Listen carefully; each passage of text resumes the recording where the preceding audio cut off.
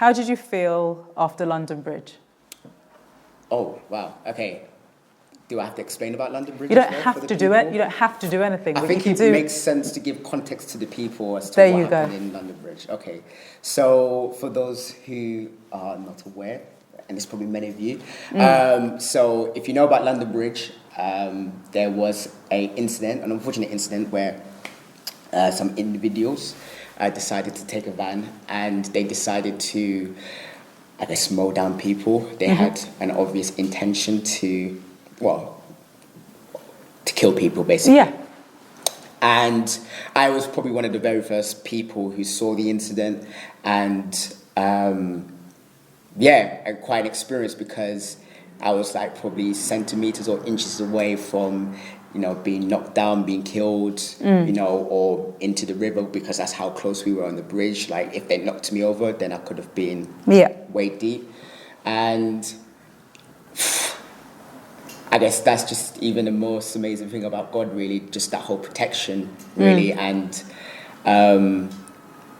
having confidence in His word, probably even more so after the experience, because, He is faithful to His word. Yeah.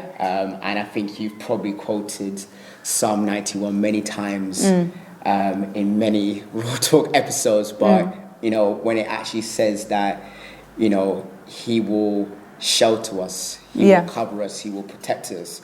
Having had that experience, you just hold on to that, really, and it makes you just so strong with Him, because look, I want to say that I want to be untouchable, because but I know other things can happen, and obviously because of sin we die and that sort of thing, but it's like you just have that such confidence in God to know that when you walk out in the street, and you just believe that, He's got you covered. Yeah. He's got you covered. So after that incident, which was tragic, really, and really unfortunate that anyone would have to experience that, especially the people that lost their lives, did you question anything? Do you feel that your faith was challenged as a result of that at any point? I don't believe so. Okay. That's the honest opinion. I'm looking back in the archive, and I'm looking about just the chains of events that actually happened. I don't believe I questioned it to doubt God. Yeah. Because through everything, even being on the bridge, I still kind of had, even going past that near-death experience, I still had that confidence where in my spirit I still wanted to stay on the bridge and help other people out. Yeah. And look, some people do run away from those sort of situations, but in my spirit I wanted to stay, and for me to stay there I must have had some sort of confidence and faith and belief that God was with me in that situation, and He wanted me to help out others who unfortunately who were casualties and who were hurt, and I don't believe that it put doubt in my heart or in my mind about God. Which is good, because I think the truth is that when so many people go through tragedy in life, losing a loved one or actually seeing evil right before their very own eyes, they do tend to question God. Yeah, I do understand what you're saying, because I was fortunate again. I have an experience where, I've had tragedy in my life in relation to someone passing away, and it didn't make me question about God, but I know that for other people, it's why God did you allow that to happen?